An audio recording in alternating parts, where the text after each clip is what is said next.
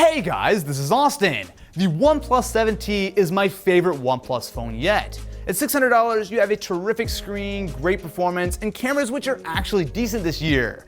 Now if that's all you care about, feel free to stop watching the video, but there's a lot more to this OnePlus 7T than meets the eye. We've got to start with the screen. It's terrific. Not only is it plenty bright even in daylight, but importantly it is a super smooth 90 Hz. Now this is certainly not the first high refresh rate display on a phone. The Razr phone a couple years ago pulled that off. However, it was a phone with lots of compromises. Sure, you had that smooth performance, but then things like brightness and color accuracy really weren't there. However, with the 7T, I really feel like they nailed it. Now sure, it's only 1080p as opposed to 1440p like the Pro, but not only is it plenty sharp, but I will take this screen any day. It gets significantly brighter, and importantly, you pay less of a battery life penalty, as not only resolution hurts, but also the higher frame rate means that your GPU is having to be taxed more, and I think that this is a really nice sweet spot. So the last week I've been using a pair of phones, the OnePlus 7T as well as the iPhone 11 Pro. Now while obviously this is a more expensive phone, there's a lot going for it, but you know what?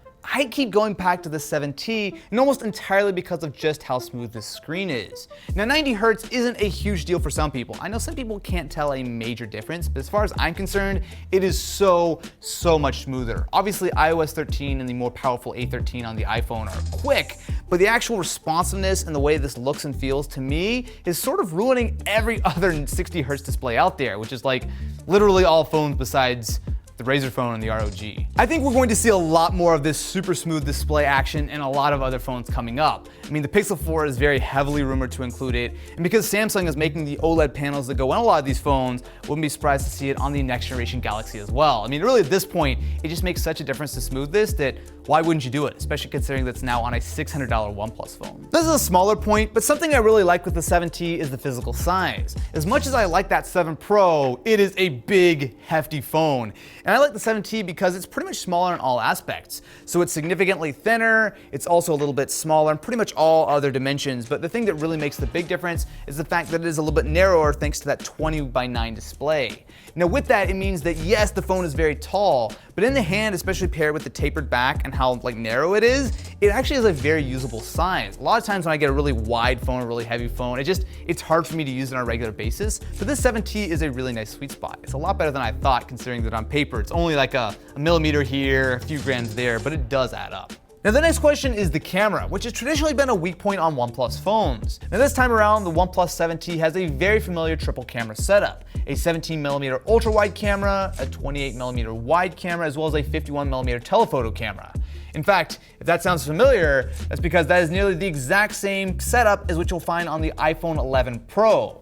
So why don't we do a little blind camera test to see if you guys can tell the difference, because there are some pretty major ones, but also some of these shots look pretty close as well. Not bad for a phone that costs $400 less. First up, we have a shot taken on the ultra-wide cameras. So camera A, I immediately like the color more. Camera B looks a little bit more washed out. If I zoom in here, I think it looks like there's definitely like a little bit more detail on camera A compared to camera B, which is, I don't know, it looks like everything's a little bit more washed out. I mean, there's actual skin tones here where it's kind of almost black and white here. Next up, we have a shot taken on the standard wide-angle cameras on both phones. Now this one I think is a very clear win for camera 2. I mean, you can see that there's so much more dynamic range, whereas in camera A, I mean, it's almost kind of like silhouetted. Now this next shot is taken on the telephoto lenses. So I think camera B is probably a little bit more lifelike, but honestly, I think that it's a clear win for camera A here. I mean, you can see that there's a little bit more detail on the actual basket here, and especially the flowers kind of all fall a little bit flat on camera B, whereas they actually are nice and punchy. I can easily kind of distinguish between them. This next photo is a macro shot, so here they're actually pretty close. Well,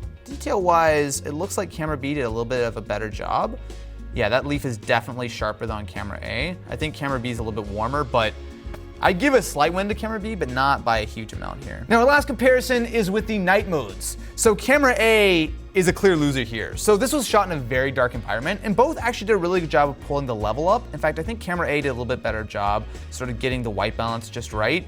However, if you look at my face, it's just not focused correctly, whereas camera B did a much better job. Now at this point, I think it's very clear that there are some pretty major differences between these cameras. Shall we reveal which one's which?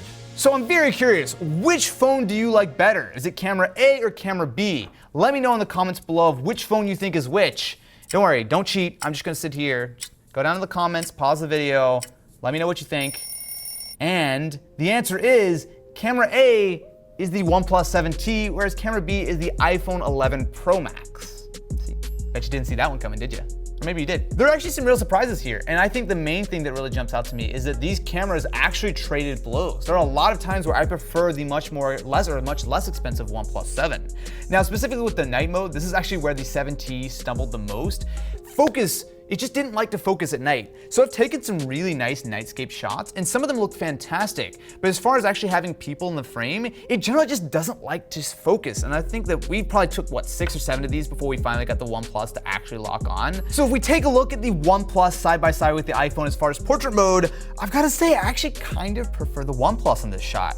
So especially when you look at Ken's fingers here, you can actually see that it's really nicely cut out, whereas on the iPhone, it kind of misses a little bit. Now the iPhone does do a little bit of a better job. I think it warms the image up, it looks a little bit more natural. But that being said, I think the OnePlus actually does a much better job of cutting Ken out of the frame. There's really no misses at all, whereas the iPhone's a little bit soft. Now the OnePlus does have a couple of extra features. So it has a super steady video mode, which it does bring it down to 1080p, and it looks good, although the video, generally speaking, does not match up to the iPhone, and you lack the ability to easily change between the lenses while recording like the iPhone can.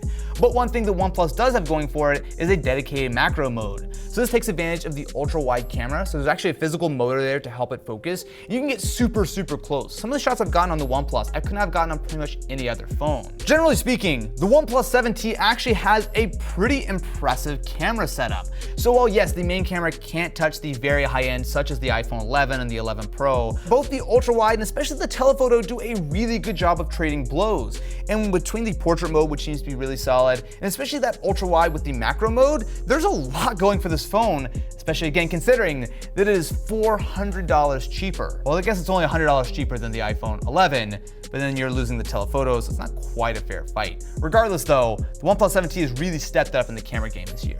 Like most other 2019 flagships, the 7T is taking advantage of a very matte finish on the glass panel. Personally, I like the way it looks and the way it feels, and especially with this nebula blue color, I think it looks really nice. Although it's actually called Glacier this year, isn't it? Glacier, not Nebula, that's the Pro.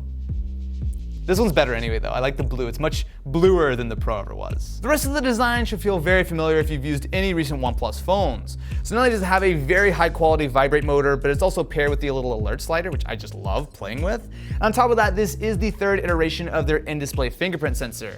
Now the hardware I don't actually think is that big of a difference this year, so it's still not quite as fast or as accurate as I'd like. However, OnePlus says that they've done a lot of software tuning to speed up the animations, and generally speaking, it is better than what it has been in the past. It's not my favorite, I would definitely prefer a physical sensor, but it is certainly usable, and it is getting better. I can imagine with a few more updates it actually might be good and not just okay. Now there are certainly things missing from the 7T. So there's still no official IP rating, although they do a fair bit of water resistance already. It's just not officially certified, but things like the SIM card tray actually have a little rubber gasket, so I wouldn't be that concerned about getting it wet. And there's also still no wireless charging. Now, this is a little bit more of a sticking point for me. I really do enjoy the convenience of just throwing my phone on a wireless charger from time to time, but OnePlus's answer to that is Warp Charge 30T. So this is basically the same technology that they've been using since the 7 Pro as well as the McLaren edition of the 6T. However, the 30T means that there's actually additional optimization going on the phone, which will allow it to charge even faster. They claim that this will go from 0 to 100% in just 60 minutes. Now, I didn't try a full 0 to 100 run, but doing stuff like 15 to 60% takes like 20, 25 minutes. I mean, it is incredibly fast at charging. I just wish, you could drop it on a wireless charger when you want, but regardless, this is about as fast as the phone can go right now. Now, unlike the 7 Pro, which completely has gotten rid of the notch, the 7T has one, except it's just very, very small. So in fact, it's something like 30% smaller than the 6T, and honestly, I don't care. It doesn't bother me in the slightest. It is incredibly small. It doesn't even impact anything beyond just a little tiny part of your status bar. And realistically, I kind of prefer this as opposed to a moving part, which may or may not break. I mean, I don't know. It just, to me, is a complete non-issue. This is one of the smallest notches on any phone right now. Inside, this has some of the best specs on any Android phone out right now. So you've got the new Snapdragon 855 Plus processor paired with 8 gigs of RAM, as well as either 128 or 256 gigs of fast UFS 3 storage. And on top of that, you also, of course, do have that 90 Hz display. It's a lot of spec talk, it's a lot of things which sound great on paper, But in reality, this thing is stupid fast. OnePluses have always performed well, but especially when you put that 90Hz display paired with all of the other stuff they've got with the optimization, the great hardware. I mean, this is one of the fastest phones I've ever used, like straight up. It absolutely flies. Part of the credit here certainly goes to Android 10, which is shipping preloaded on the 7T. Now, Oxygen OS has long been the least offensive of most Android skins. Most of the stuff they've added here is actually good, and they've really pretty much left all the stock stuff alone. So that means we have dark mode, and we also have some of the great Android 10 battery life improvements, which paired with the 3800 mAh cell and the 1080p screen means that I've actually had no problems getting through a full day of use with the 7T. And with the Warp Charger, I mean, literally like 10-15 minutes of charging is all I need to kind of top this guy up. It's actually pretty impressive battery life-wise. Now, it's not a OnePlus exclusive feature, but man, I've got to say that I love the multitasking gestures in Android 10. It's a huge step up over 9 as well as the buttons, although you actually can turn those on still if you'd like. But being able to just swipe up, or you can easily swipe between apps, it is so much better, and it's pretty much straight up the way that iOS works. Now, do I care that they stole it? No. This is the way to do it. It's just better in like literally every way. Now, there are some tweaks I'd like to see. Now, first of all, the auto brightness just kind of isn't very consistent here. 80% of the time it's totally fine, but a lot of times I'm having to manually change it because it's not quite keeping up. And on top of that, the camera app could use some tweaks. It's generally fine, I haven't really had any crashes, but it is not anywhere near as fast as I like, switching between modes or whatever. It feels just a little bit finicky. These are all fairly minor nitpicks though. The 7T actually does a lot right, especially considering it's got like stereo speakers and, I was about to say headphone jack, I guess I can't say that one. It's too soon. The lineup is actually fairly straightforward here in the US now. So the OnePlus 7 Pro will be sticking around. However, the 7T will be joining it at T-Mobile stores starting on October 18th. Now, for your $600, you are getting a great display, solid performance, and a pretty decent camera, all of which adds up to a phone which I think is pretty easy to recommend. Now, yes, I do wish it was a little bit cheaper, something like the OnePlus 6T of last year, like $550 or something, but at $600, there's a lot to like here. I think they've done a terrific job. This is straight up my favorite OnePlus yet.